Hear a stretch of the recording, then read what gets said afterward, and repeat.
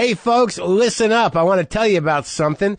You've been hearing me tell you to pre-order Waiting for the Punch, Words to Live By from the WTF podcast, and that's because I love the book, and I think you're really going to enjoy it. But now, when you pre-order it, you also have a chance to win stuff. Thanks to some of our great sponsors, we're now running the ultimate WTF podcast fan sweepstakes for anyone who pre-orders the book.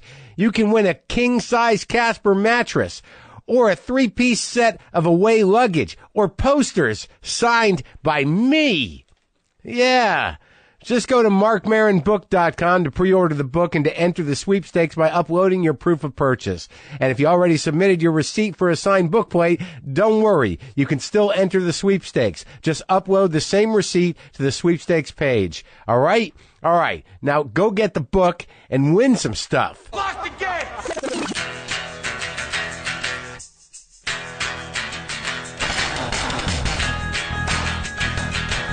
All right, let's do this. How are you, what the fuckers, what the fuck buddies, what the fucking ears, what the fuck nicks? What's happening? I am Marc Maron. This is my podcast. How's it going? Today on the show, look at me setting up the show properly. Today on the show, Lee Daniels, the director, producer, writer of Empire, The Butler, Monsters Ball. He's going to be here. We talked for about an hour. I had a tight window, but it was good. I think we locked in and we got some stuff done.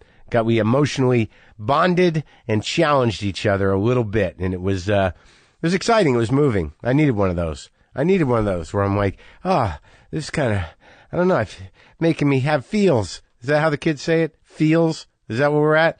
So, what's happening? I'm sick. Not only do I have like 4 stitches in my mouth, now I've got a fucking cold. I'm sure you can hear it, but the show must go on, okay? The show must go on. But if you're wondering why I sound weird, that's it. Those two things. Harry Dean Stanton passed away, which is sad. He was very old, but it's sad still. Nonetheless, does not matter. He was one of those guys that you just always thought was going to be there forever on some level, and he is, because he's done so many movies. But we did repost the original interview I did with him, which if any of you have been with me for a long time, I was very insecure about. And a lot of people got mad at me because they said it was fine. He was old and I was too hard on myself, or what did you expect, you idiot? He's an old man. But I just wanted to say that we did put that interview back up if you wanted to check in with that. I did see that new movie, Lucky, too. That it would have to be his last movie. And I think it's a very personal movie for him, I think. And I'm not being paid to say this, and I don't know where I got the film or who sent it to me. It was directed by John Carroll Lynch, who is also an actor, that you might remember played Frances McDormand's husband in Fargo. But the movie stars Harry Dean, and he's this like 90-year-old atheist who has outlived and outsmoked his contemporaries. So it's not him, but it is him in a way, I believe. And it's a pretty great movie. David Lynch is in it, Ron Livingston, Tom Skerritt has a part in it. There's a lot of older cats that you haven't seen in a while. But I recommend it. I don't know where you can find it, but it's a good movie. It's called Lucky. And if you have a Jones to see the last film that Harry Dean Stanton did, I believe, I'm not mistaken, you should watch that, because it's a poetic little movie. It's a little stylized, but it's great if you love Harry Dean. Okay? I just wanted to put that out there. I'm a little raw. I'm fucking sick.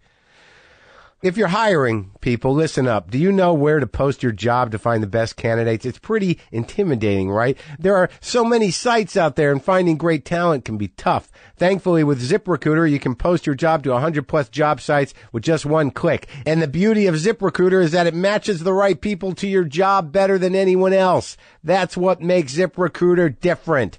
Other jobs depend on candidates finding you. ZipRecruiter finds them. It's like hiring your own personal headhunter. In fact, more than 80% of jobs posted on ZipRecruiter get a qualified candidate in just 24 hours. Don't worry about sorting through emails or incoming calls. You simply screen, rate, and manage the candidates all in one place on your ZipRecruiter dashboard. Find out today why ZipRecruiter has been used by businesses of all sizes to find the most qualified job candidates with immediate results. And right now, WTF listeners listeners can post jobs on ZipRecruiter for free. Sure, why not? Go do it for free. Just go to ZipRecruiter.com/Maron. That's ZipRecruiter.com/Maron to try it for free. Go get staffed up. Did you notice during that ad I said candidate and candidate? I said I just wanted to give you a couple options. That's all. I'm just telling you that sometimes when I'm doing an ad, I'm thinking like mix it up a little bit. So here's what's going on. Let's read a couple emails. I want to talk about Eric Clapton for a minute. I talked about the teabag situation. That sounds dirty, but it's not. First, the emails. Here we go. It says, dude, subject line, dude, is that really your butt in glow? Please say yes. That's from Ross. So I wrote back, of course, and he wrote back, nice. I thought it was a nice exchange. I wanted to share it with you. Here's another one. Subject line, too good. My girlfriend farted in front of me for the first time while laughing watching Too Real. So thanks for that intimate moment and progression in our relationship. Your best work yet. Glad to help out, man. That was from Marcus. That's a big moment for a couple, and I'm proud. I'm proud of the special, but at this moment I'm more proud that I facilitated that wonderful moment between you two. And you're welcome. And thank you for watching Too Real on Netflix. I appreciate that. Now, the tea issue. Let's get to the tea issue. As you know, I spoke about buying a bag of PG Tips that had 1,150 tea bags in it, which was too much. It's a lot of pressure. Don't think I'm going to make it. It's very intimidating. It's a harbinger of my mortality. There's a lot of problems with it. And I've stuffed that big bag into a cabinet, and I have a little tin for PG Tips, so I'm just filling the tin. But I got an email after actually talking about unloading the PG Tips. PG Tips wanted Eagle Rock, which is close to me. My name is Will, and my wife and I recently moved to Eagle Rock from London. I was listening to your Lord WTF episode and heard you've over-ordered PG Tips tea bags. Like true English, we both drink quite a lot of PG Tips. Congrats, as it's the only tea, and are down to our last small box. So I'd be up for buying some off you if you wanted. No joke. Love the podcast, by the way. Cheers, Will. And I don't know what's going on with me, but I'm doing some fan outreach. And I wrote back, sure, I can meet you later today. I'll bring some. When is good. Maron. Will. Amazing. Afraid I'm at work the weekdays in Wilshire, but can either come meet you on the weekend or on my way home one night after work, if that's cool. Just let me know how much money. Thanks so much. And I said, maybe over the weekend. I don't need money. I have a lot of tea. Maron. He said, yeah, weekend is cool. I'm around. Great. Thank you so much. PG Tips is literally the only thing we get homesick for. And then he wrote, hey, Mark, let me know when it's good. Then he started pressuring me a little bit. Let me know when it's good this weekend. I felt a Jones coming. Like, I teased him. I teased him with this big drop of PG Tips, which is a highly addictive substance. So he says, going to be on York Boulevard in about an hour if that works. Also have some vinyl for you to say thanks. Cheers, Will. So now, you don't know. You email a mid-level celebrity like myself. You don't know if, I'm going to get back to you or what. So now he's sweetening the deal with vinyl. He needs his stuff. But he's like, I don't know if Maron's really on the level with this shit. It's audacious that I would expect this to happen with a mid-level celebrity such as Marc Maron. That's what I'm projecting onto him. And then I said, I have to go by Rock Dog and Cat on Colorado next to the Poke place in the strip mall. Can you be there at 4:30? I'll hand off the goods. And Will said, cool. See you then. No cops. So I did a tea drop in the parking lot of a strip mall. Did a PG Tip tea drop for my English pal, and got a couple records. I don't go crazy. I'm not going to be doing that every week. It's just I'm fragile. I'm vulnerable. I'm a little ill. I can't. I'll explain it later. If you pre-ordered our book and requested a signed bookplate, you should be getting yours soon. And I know this because I just finished signing them all and sent them to the publisher. And I sent them using Stamps.com. So if you have important stuff to send, don't bother with the hassle of the post office. Mail everything from postcards to envelopes to packages, domestic or international, with Stamps.com. Stamps.com lets you buy and print official U.S. postage for any letter, any package, any class of mail using your own computer and printer. I can print it out from right here in the garage, and there's no waiting online or looking for parking. Stamps.com sends you a digital scale that automatically calculates exact postage and helps you decide the best class of mail based on your needs. It's like having your own little post office in your house, which is convenient and affordable, especially because you get postage discounts that you can't get at the post office. Get the Stamps.com service right now with a special offer that includes a 4-week trial plus postage and a digital scale without long-term commitments. Just go to Stamps.com, click on the microphone at the top of the homepage,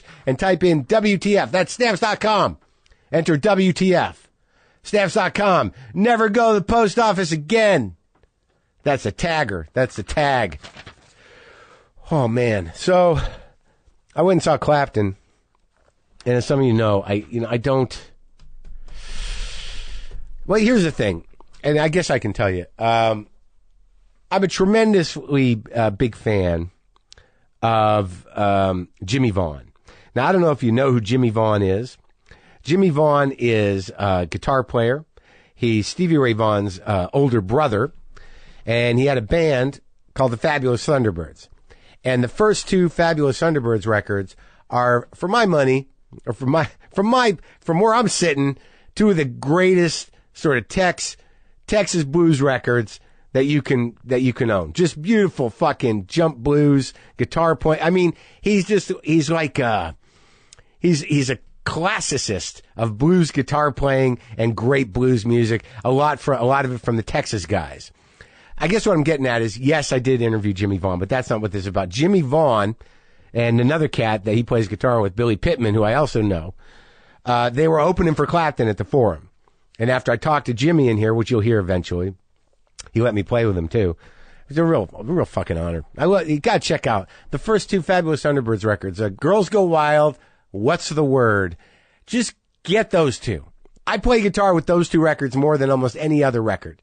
Like, even more than Peter Green. Those first two Fabulous Thunderbirds records. So, for me, it was a real thrill and an honor to hang out with Jimmy Vaughn. So, they're opening for Clapton at the Forum. It's Jimmy Vaughn and his band, then Gary Clark, and then Clapton. Now, as some of you know, I respect Clapton, but I've been a little bored by him at times. But I went to see these guys, and I watched Jimmy. I hung out, and Jimmy showed me some licks, and he gave me some strings. He told me I got to do flat wounds. That's where it's at. This is only important to guitar players. But, like, I watched Clapton, and I think I figured it out. He's always been pretty laid back, right? It's just as he got older, he doesn't put any effort into, he'll just wear some stonewashed jeans, maybe some cargo pants, Birkenstocks or Docksiders, and just a short sleeve shirt. And I don't know what I'm expecting from a 71-year-old man, but, he's just very grounded and has nothing to fucking prove. And he just sat there. He did like 3 fucking rockers, and he sat down with an acoustic and did a bunch of his hits on acoustic. And then he picked up the electric again, did White Room and some other shit. And, I'm not saying it was riveting, but it was pleasant. And the one thing that I felt was that when he did lay out a lead, and he's really done his homework on the acoustic blues playing over the years, man, he really fucking knocks that shit out. That was really some of the best, the acoustic blues. And that's probably where he's at. He's a real blues guy. He just, he's not going to, run around like Mick Jagger. He's just going to be up there, be slow hand, lay back, take it easy, not talk to the audience, do his fucking job. He seems like a very grounded, sober, spiritual dude, in a way that's almost shy. But I'll tell you the one thing I'd love to see, when they do hit that lead, like during White Room or whatever, during one of the classic old ones, what do you do? A Key to the Highway, it's like, can't we just lay out a 20-minute jam? Can't we just do that? Because when he'd get on those runs, I'm like, that's why he's fucking great. Those runs are outstanding. These blues runs. And I'm like, yeah, I'm just watching his fingers on the big screen. Anyway, I'm sorry that I dismissed Eric Clapton for being boring. He's a wizard, and he is like, it's a lot of responsibility to be a guitar hero and to hold that mantle, and he fucking did. And I'm sorry, Eric. All right? Not that you listen, not that I talked to you, not that I even met you, but there you have it. Okay? Great job. I just wish maybe a 12-minute lead. 12-minute, like, jam. Just fucking lay it out Cream style, right? Why not? Maybe I left too soon. Did you do that? Are you still playing now? I don't know. Maybe the show is continuing. Okay, Lee Daniels was in and out here. He was doing a junket, doing other interviews. You know, he's got his show Empire and Star premieres the new season on September 27th, my birthday, and I was happy to talk to him. It was kind of intense. This is me and Lee Daniels.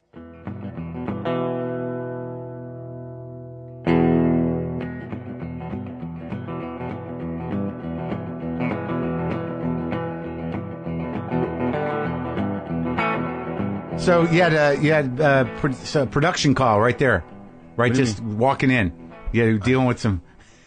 Dude, what? What? Hard. Oh, is it? Is yeah. For which show?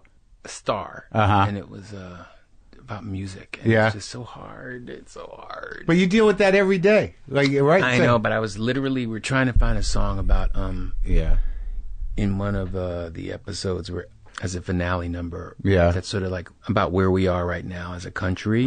And I wanted it to be my interpretation of We Are the World, a hipper sort of. But I remember when We Are the World was done, I felt that even though they had all those stars there, it felt a little like cutie, sure, like, almost like Disneyland-y. Oh, absolutely, yeah. But it was what it was, and so I'm trying to find a rougher, grittier version of that song.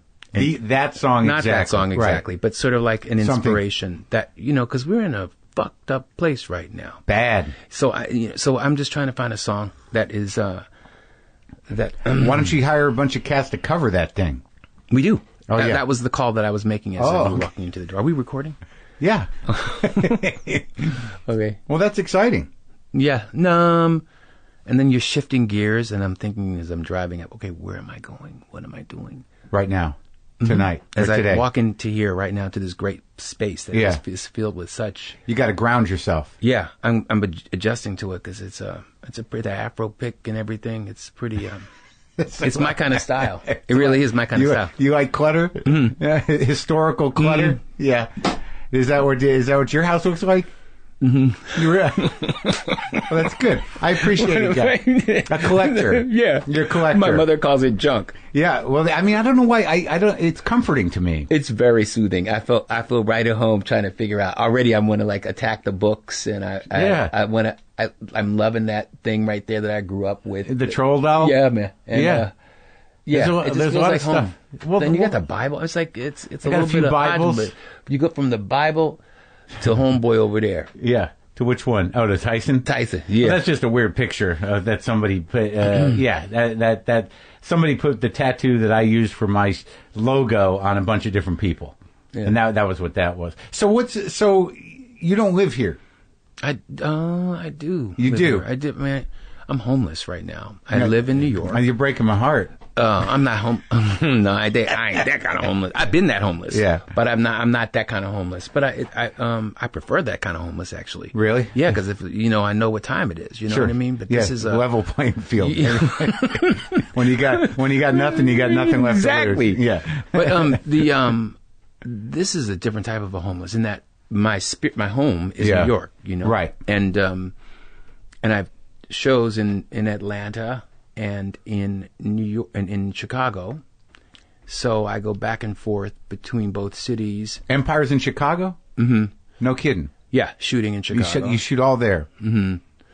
So I stay at a hotel there, and then I stay at a hotel in Chicago, and then I nice hotel. I like Chicago.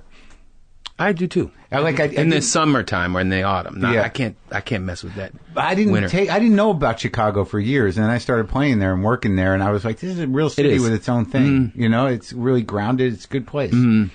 I mean, I know it's got its problems, but I mean, it's a nice city. Mm-hmm. Don't you think? Yeah. Atlanta, I never really got a handle on Atlanta, but it's not bad. Yeah. It's not bad. It's actually there's some good groovy it's as nice as Chicago. Yeah? Yeah. And now it's like it's like the hub of show business. I'm told. Yeah, what are you shooting there? You know, right? They're shooting all kinds of shit there. I'm not. You get into your bubble of what it is, so you really don't know about other people's worlds. Yeah, but where'd you grow up? Philadelphia. When it was tough. Yes. Oh my God. Yeah. Yeah. The move experience, Rizzo as mayor experience. Yeah. And it was I like Philly now. It's beautiful. Right? It's really well, what? You go downtown, it's beautiful. Yeah. And then you step into North Philadelphia and you step into the depths of West Philadelphia. Yeah. And you see the countless rows of homes that are abandoned. And then you see one little home, like row homes, and you see one, like all these abandoned homes, boarded up even. And then you'll see a person living on that street. Yeah. Literally one family out of a 13-row home. Yeah. Family. It's pretty intense. Why is that? What happened? I don't know. You don't know? It's really deep. It's really, but it's not like... I drove, my brother had a family that lived in Philadelphia, and I drove down his street, and I was like, all these abandoned homes, and then there was his house. And it's just the way it is, because it doesn't, you don't hear, it's not like Detroit. It didn't die. I'm sorry, but certain parts of Philadelphia, it's bad. It just died. It's just died, gone. yeah. Ugh. And the houses are just there. What about where you grew up? Is it still alive? Yeah. It's so funny, it's secular. When we moved in, we were the first black family that lived on our street in Winfield. Yeah. And it was a bunch of white people lived in it. And then they sort of skirted off to the suburbs. Right after you moved there? Yeah. And then it became all black. And now it's, and now because there's a college there, St. Joe's, it's now white again with sprinkles of African American families. So it all comes back around. Mm-hmm. But when you grew up there, it was just a working class neighborhood? Yeah. Lower middle class. Yeah. It was a middle class neighborhood that became lower middle class. And what was your family's? What did your old man do? He was a cop. Really? Mm-hmm. He was a cop that worked for Rizzo, Frank Rizzo. And, when you think of some of my earliest memories were a group of white men crying over my father's body, and in blue. And how old were you? 15. That's when they start. Those are some of your earliest memories. I mean, Yeah. No, I know. My earliest memory was pooping in my grandfather's shoe. You did that? Mm-hmm. On purpose, I would imagine. I don't know. I don't remember. I just remember pooping in my grandfather's shoe. That's a tough coincidence to accept. Again, it doesn't sound like it just happened. But your father was killed on duty, gunned down. He lived the way he died. Yeah, which was a violent death. He was a violent man. Mm-hmm.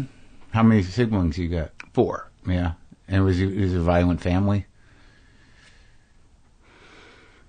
Not all the time. Yeah, just a lot of stuff going on. Mm-hmm. Explosive. Mm-hmm.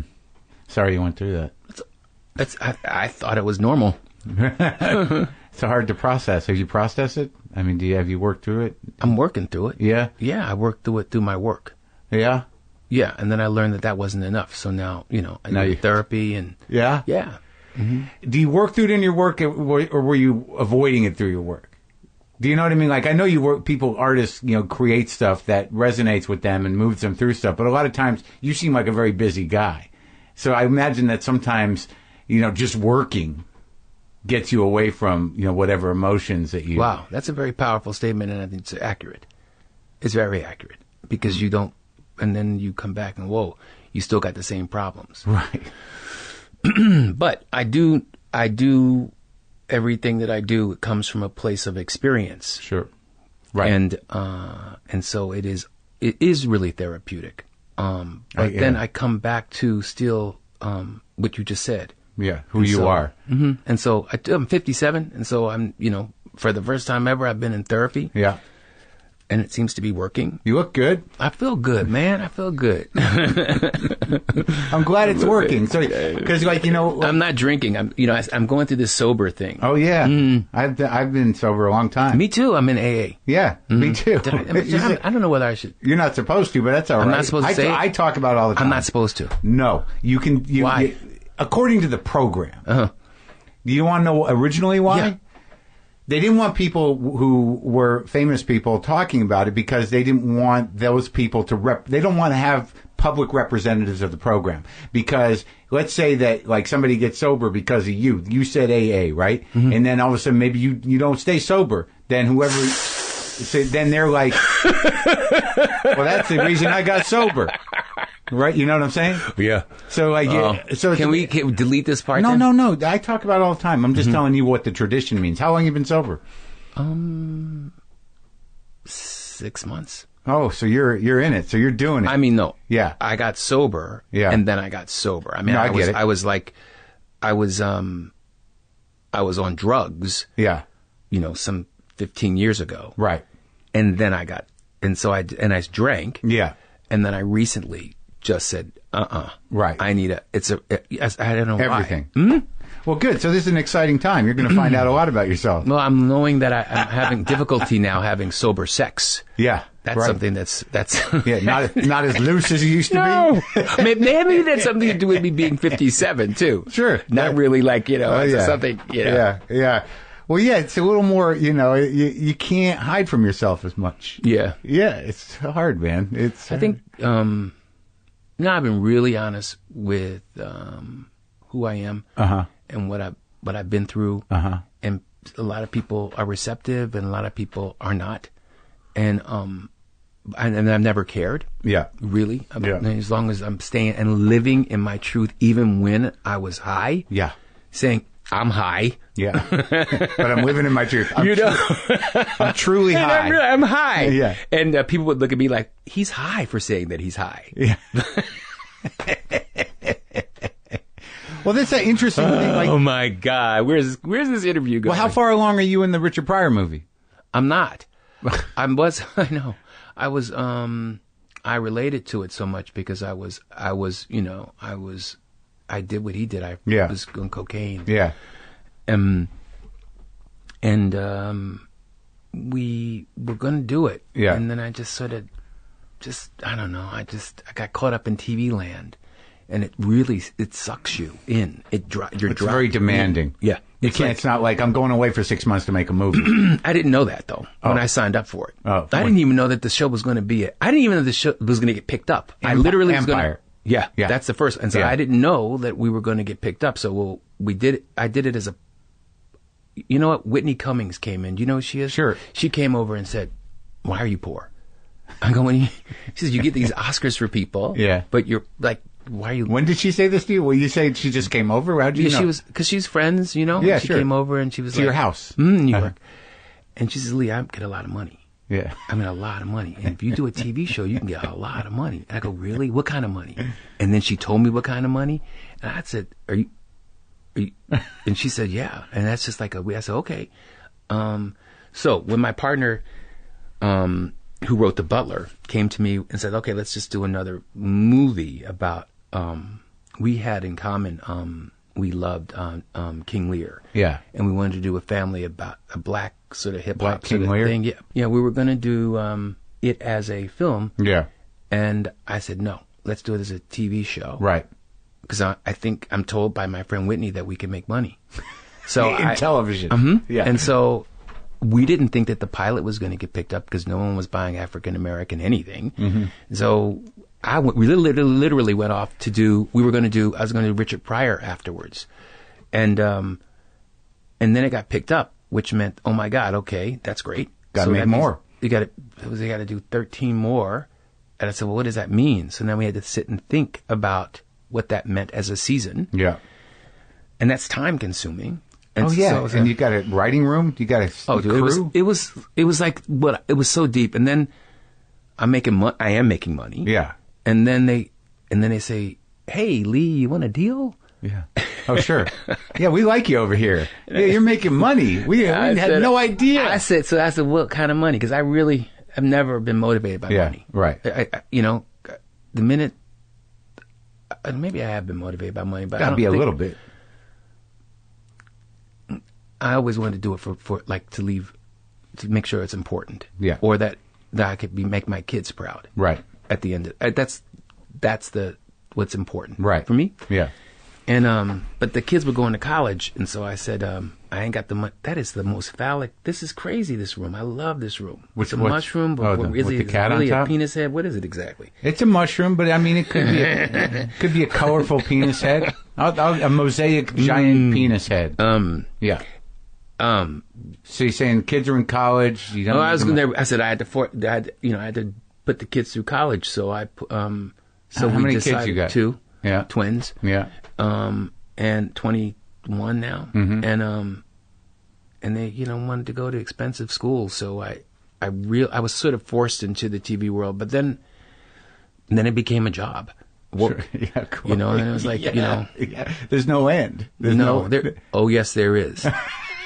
Yeah, there is. Mm-hmm. Okay, but not in the foreseeable future, really, right? No, because they just keep spitting them out. What do you mean they're not? But I'm forcing myself to do a film. So, but going back to the Richard Pryor of it all, I'm no longer at this point going to direct it. I'm going to produce it. Oh, okay. So Epps is still moving forward. Oh, for sure. And there's a script being written. The script has been written by you? No. Well, I did a pass on the script. Bill Condon. Oh, yeah. He's an incredible writer. It's very Bob Fosse. It's very... Oh, good. Well, that's good. All that jazz, except... and he's going to direct it, too? But no, Bill's not. He was going to direct it, yeah. but he's not. So we're looking for a director right now. Oh, well, so what book they based it on? Or where they didn't base it off anything. They just based put it together? They put it together, from... His life. The a couple of documentaries. That's exciting. Some of the kids, the wife. Oh, yeah.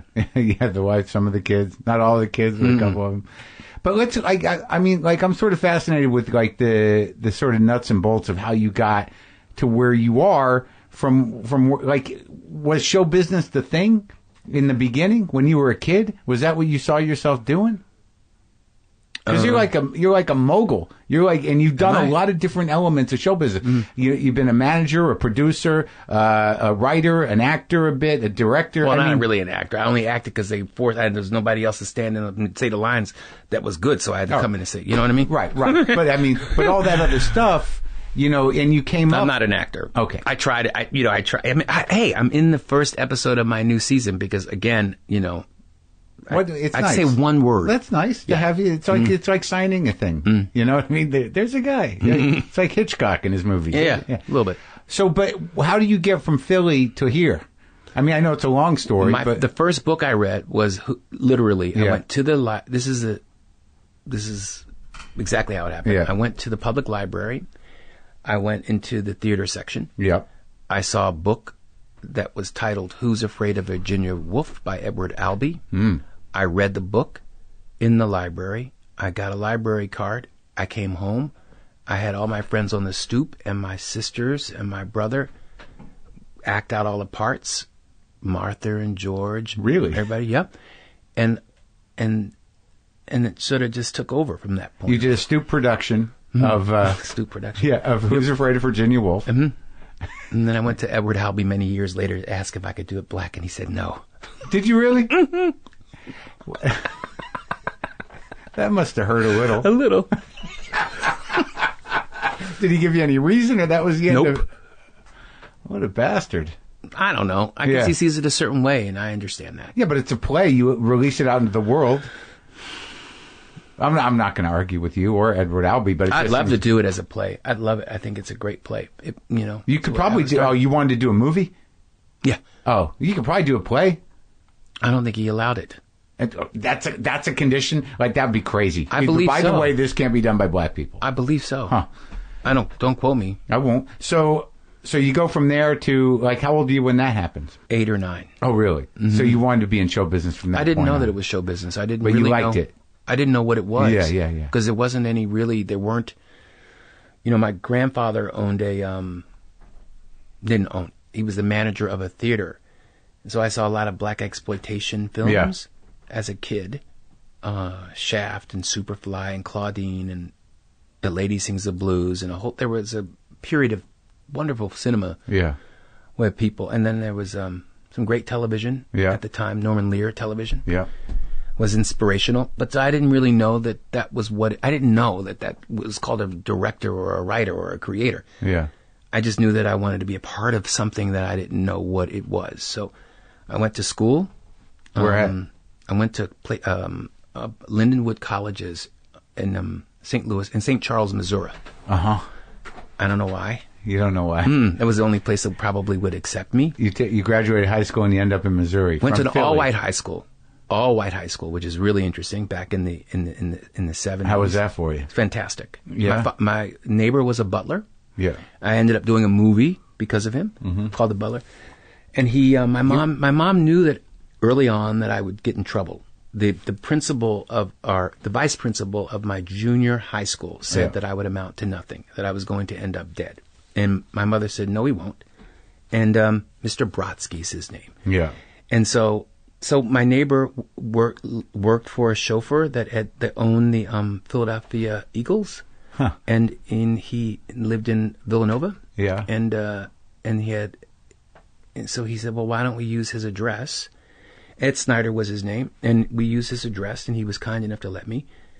And I went to I literally was transported from an all African American world to a completely where I was the only spot in the spot. Okay, so it was just me and maybe a couple others, and it was great. So that I didn't experience racism at all, which is, I don't know how that is, but I didn't, or I was too naive to see it. Yeah, and this is high school. You would have known. Yeah, I would have known. Sure. Yeah, I would have. I auditioned for a play called The Sound of Music, and I couldn't understand why it was that they wouldn't give me the role of something Von Trapp. Uh-huh. And I was like, why? I did a better audition than this knucklehead. Yeah. And they gave me Max instead. I played the Nazi, I think. Nazi sympathizer. I think that's all right. That's pretty good casting. So that was There's some power in that. That was my first. It's the irony. It was the first job ever, and the bug was there. Again, I didn't know what it was, and so went to college to study political science because I wanted to make my dead father happy. Yeah. Because he wanted me to be a lawyer. Uh-huh. And isn't that weird how you still honor him? Even if your feelings are mixed about them, that you still honor them, even when you may not want to. Mm-hmm. Did you feel that during that? Like why am I doing that? Yes. Do you? Well, I do. I what I find is that my father's still alive, and he has sort of receded a bit in my psyche and in my heart. But I do things like him, and when I talk to him, I have to make sure that I have some very serious boundaries around who I am and who he is. And sometimes it's emotional, but I try not to show that because I can't afford it. Mm-hmm. And I'm 53. And I'm going to be stealing what you just did, what you just shared with me. Yeah, I'm stealing that for a scene or two. Okay. That I'm serious because it was so visceral. Okay. Mm-hmm. You can. Sometimes you get out of ideas. Yeah. And so you stay with you. Yeah. And I steal that moment, that what you just said. Good. And you'll go, wait a minute. That's it. If you're looking maybe episode 12 of Empire or one of these shows or Star, that would be me talking to somebody. Mm-hmm. Well, good. So all right. So you don't do the law thing. I don't do the law thing. I go to I don't do the law thing and the political science thing. And second year into school, I just decided that it was a wrap. I was going with this girl from Hawaii. Yeah, and just sort of I was finding out who I was sexually. Yeah, and then another trial and error. Yeah, another girl I dated just said, you're gay, don't you? And I go, no. She says, yeah, you are.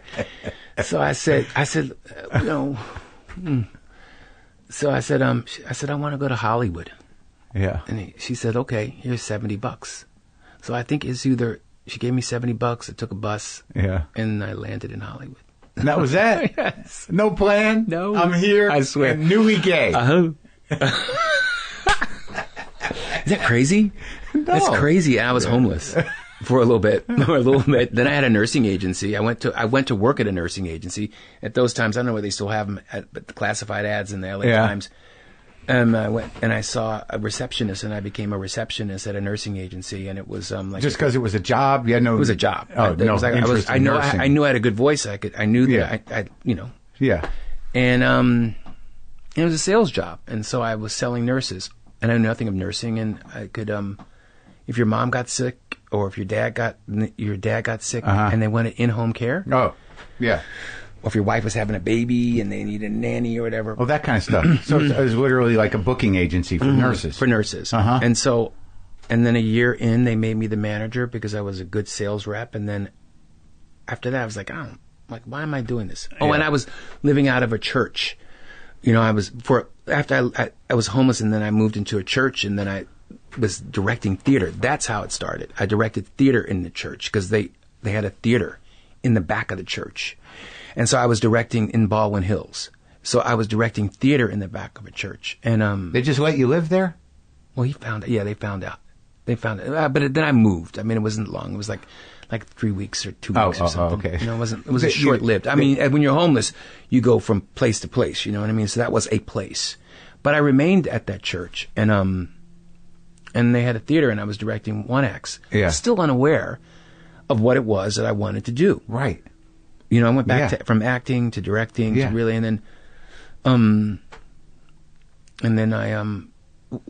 I got a job. I got my first apartment in Hollywood. Where was the job? You mean the nursing agency? Yeah. And then a year into the nursing agency, after they made me manager, I was like, wait a minute, hold on, something's wrong with this picture. I can do this myself. And so I ended up taking 5 of their nurses, and I had become friends with all of how you get their work there is you become intimate friends with discharge planners at different hospitals and or social workers at different hospitals that call in for help. Right. And most of them were African American women. Yeah. And so they would give me work. And before I knew it, I had my own nursing agency. And I had like several hundred nurses that were working for me. I worked out of my apartment. I ended up moving in Wellster and La Brea, my offices. So you're a nurse agent. Still directing theater. And one acts in Baldwin Hill at the church.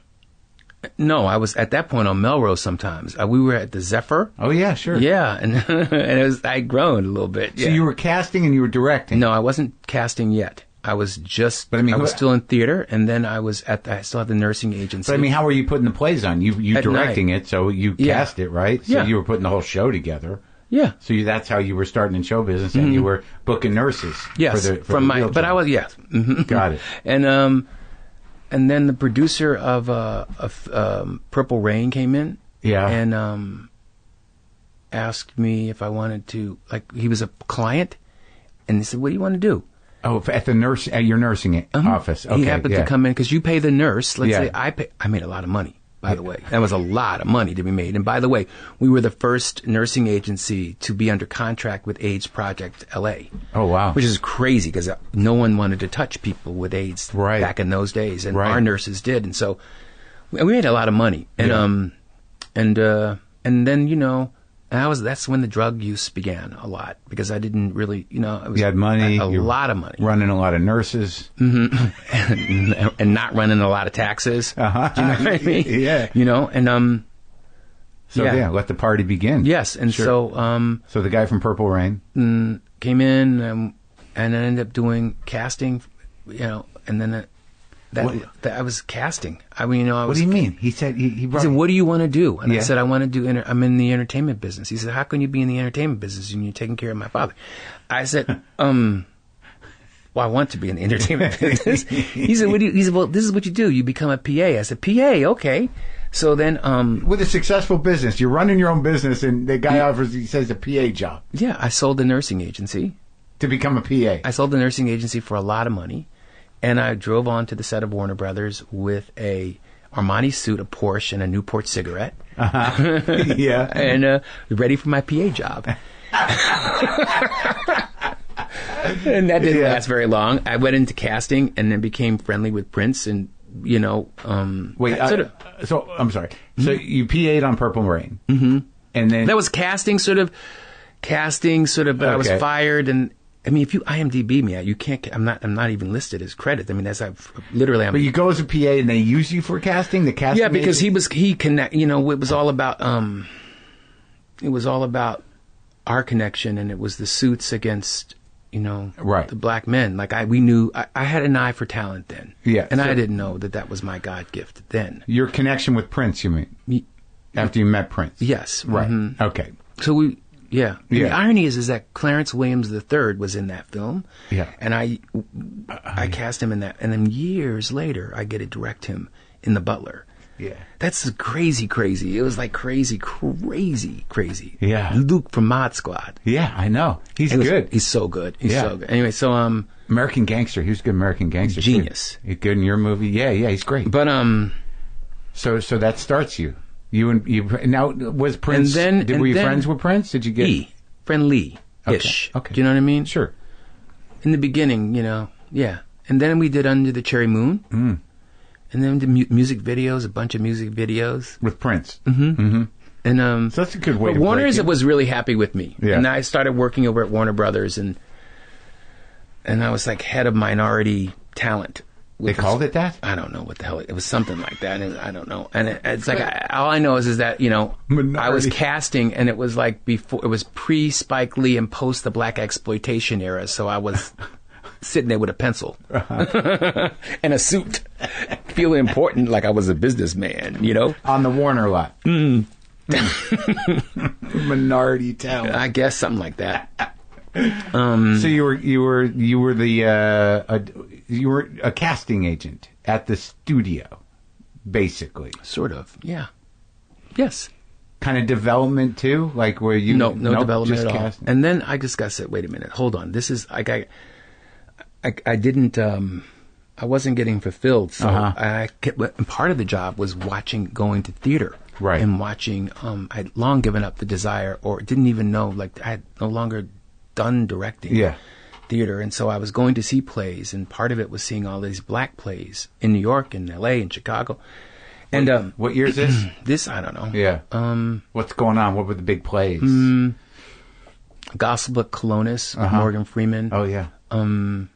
I guess it was just post Dreamgirls, because I was a kid when Dreamgirls was out, so I don't remember the year, but you're scouting. Mm-hmm, talent. Mm-hmm. Yeah. But for what? I don't know. Exactly. Minority scouting. So I decided... She's making a dossier of minority talent. And so with that... Oh, and I met this wonderful woman who changed my life, her name was Paula Kelly, and I had seen her in Sweet Charity in the film. Yeah. And Sweet Charity with Shirley MacLaine and Chita Rivera, and I saw her in Sophisticated Ladies with Gregory Hines on Broadway, and I said, "Why aren't you working? I need to see you working." I said, "Light bulb. I'm going to manage you." And so I opened a management company where I was managing actors, I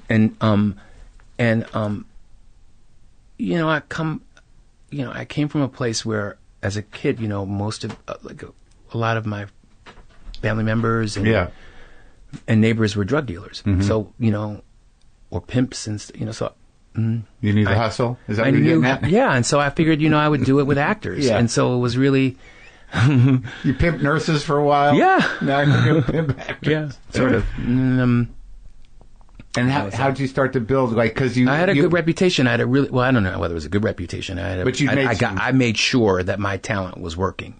The problem was that they did not have roles that I felt were suitable for the actors that I was working with, and it was embarrassing telling them that they could just play a pimp or a drug dealer or a prostitute at the time. Mm-hmm. And so, but I learned the game. Yeah. I started representing young white kids, and that's when it changed, Yeah. And so, and then that took me around the world, yeah. And I represented, I don't know, and then I ended up representing European Nastasia Kinski, Aishwarya Rai in India, who was like, the Bollywood princess. And what changed the game for me was when I started representing a kid named Wes Bentley. I found him in a play, and he then starred in American Beauty. And that's the movie, My Big Break, the documentary. My Big Break? About Wes and the people he lived with. Oh yeah, good for you. Good for you. I haven't seen it though. What do you mean? No, how should I see it?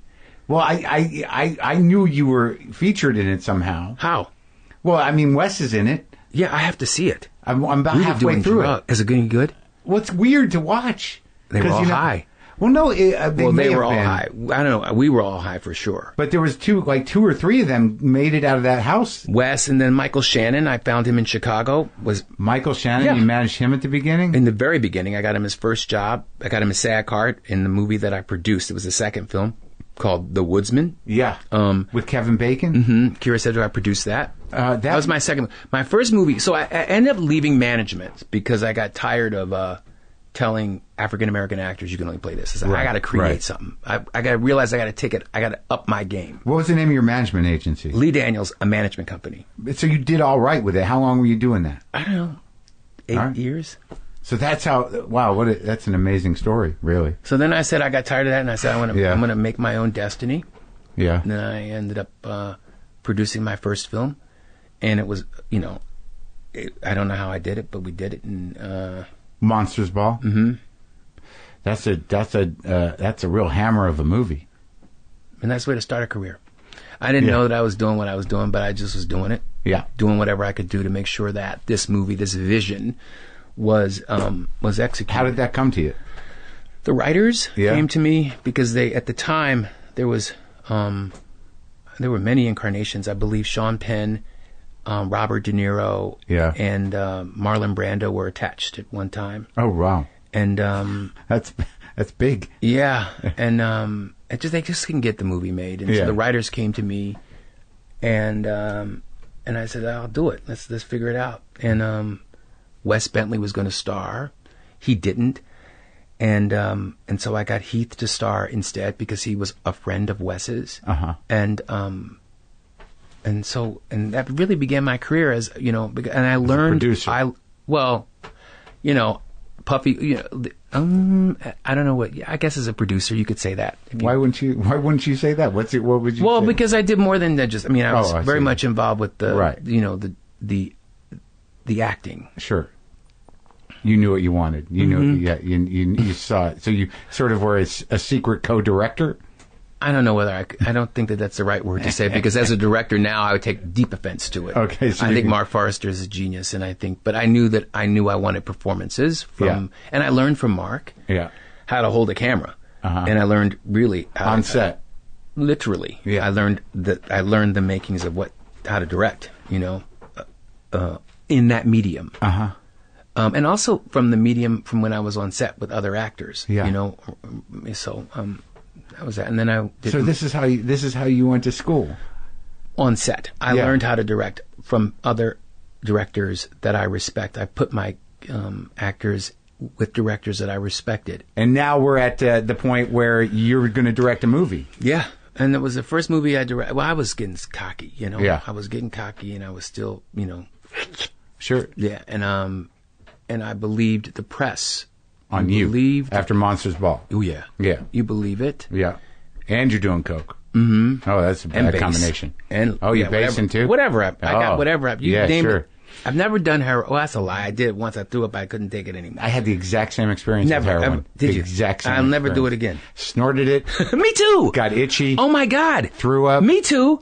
Yeah. And I'm like, I don't need this. Never. Did you even get high? No, not then. I don't remember. No, I tried it one other time where I smoked it, and I definitely felt the high, but still not for me. I go up. I don't like to go down. Yeah, me too.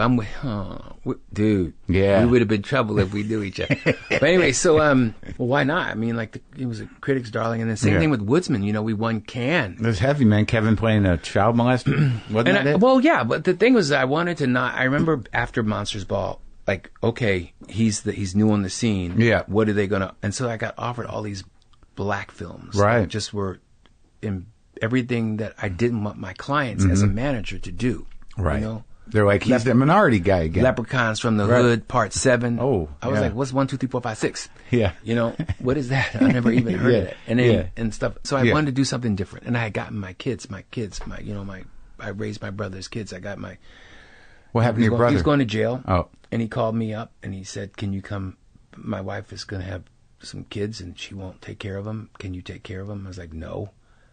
I'm partying. Yes, exactly. I was in Palm Springs at a white party, high as a kite. I had no intention. But my partner at the time, who was a very famous casting director in L.A., in New York, wanted kids, and so 3 days after they were born, I got them, and I didn't want them at first.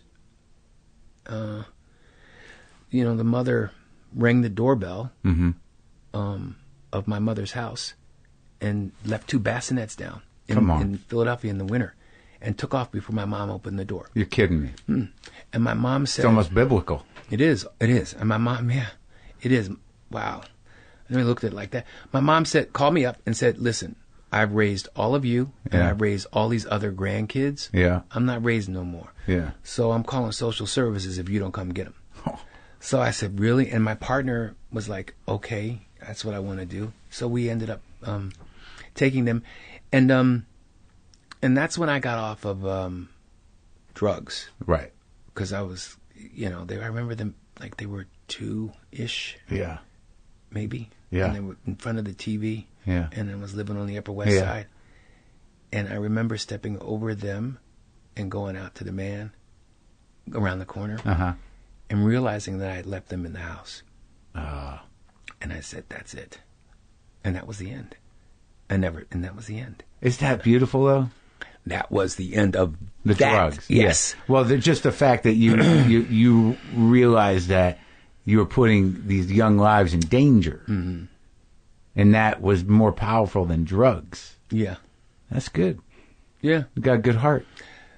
Yeah, I thought that, I thought when I got them that I was saving them and they ended up saving me. That's sometimes the way it works. So your brother's still in jail or is he out? He just came out recently. No kidding. It was great. He was FaceTiming me with my sister in the car. He hadn't been in jail for forever and like years and years and years. And he's FaceTiming me and you could see that he was like, it was like the Jetsons. He was trying to figure out how to hold the FaceTime. It was hysterical. That's wild. Yeah. Now you guys, have you seen him in person yet?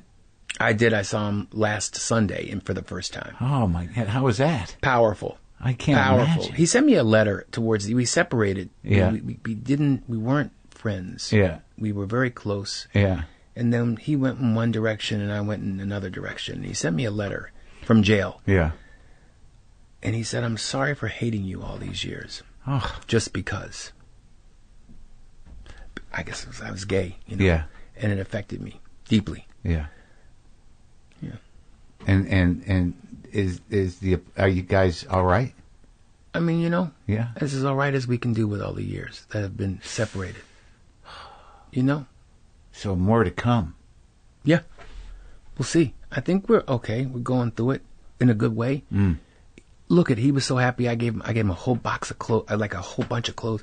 I don't know whether this is personal to be sharing with everybody, but I gave him a whole bunch of clothes. I don't care. He don't care either. Yeah. I gave him a whole bunch of clothes and what I take for granted. Yeah. I forget, Yeah. Yeah.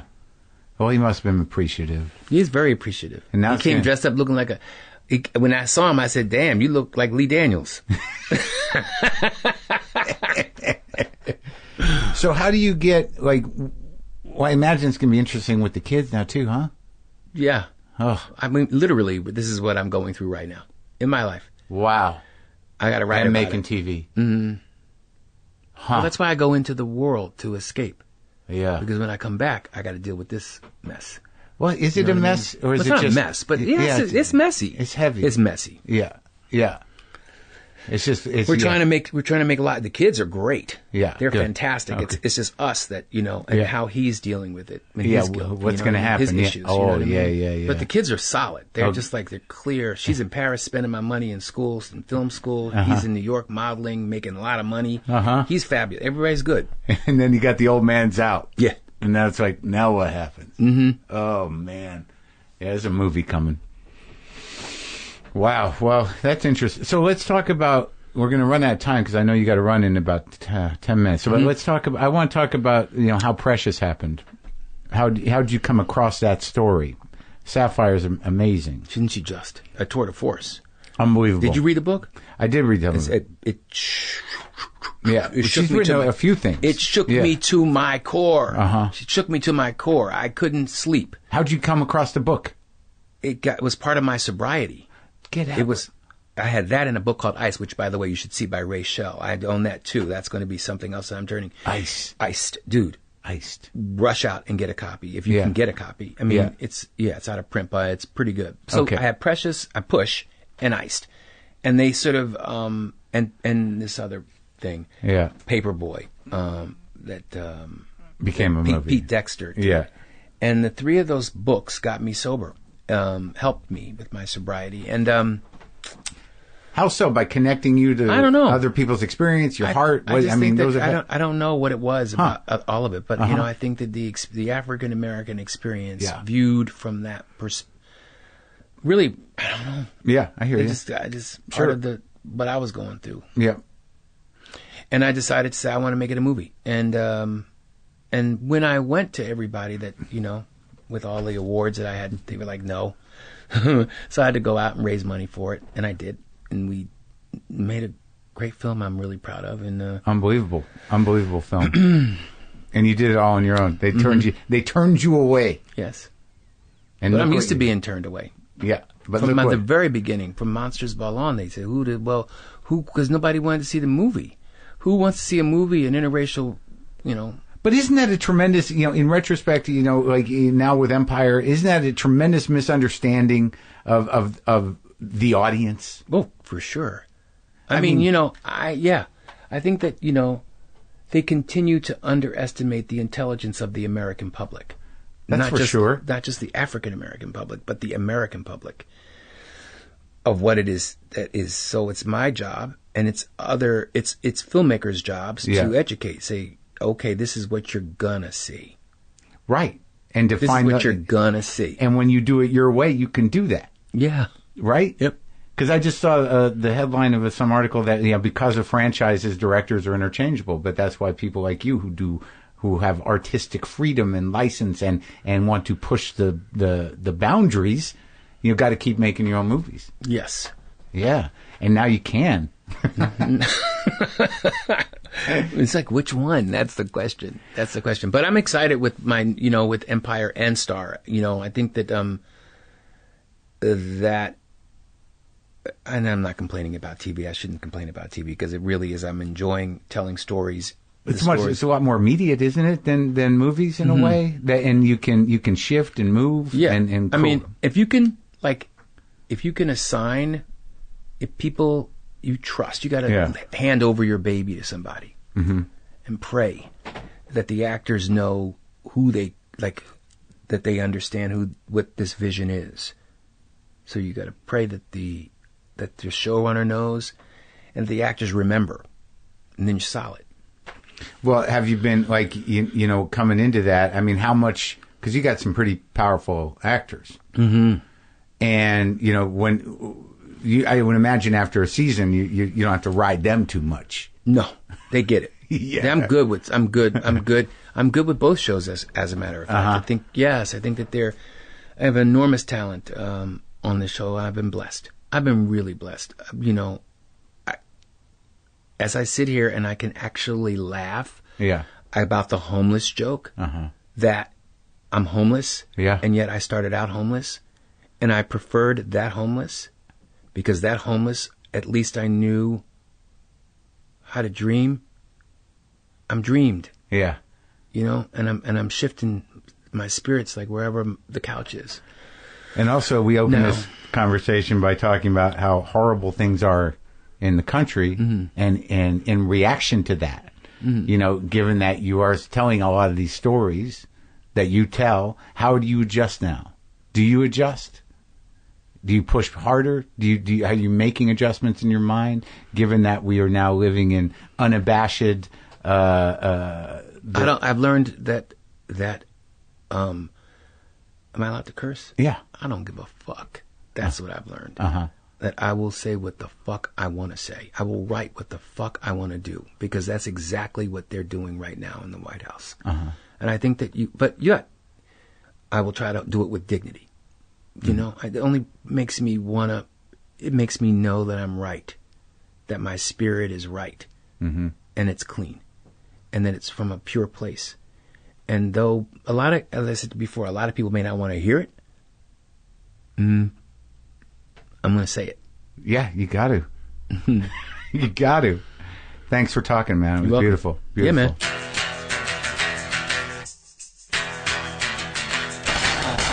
Okay, that's it. That is it. That's the show. Don't forget to pre-order your copy of waiting for the punch and then enter yourself in our podcast fan sweepstakes. Go to markmaronbook.com to pre-order and enter the sweepstakes. Now, I wasn't going to play guitar because I'm sick, but people have been liking the dirty guitar. I'm going to go in the house and I'm going to get my Stratocaster.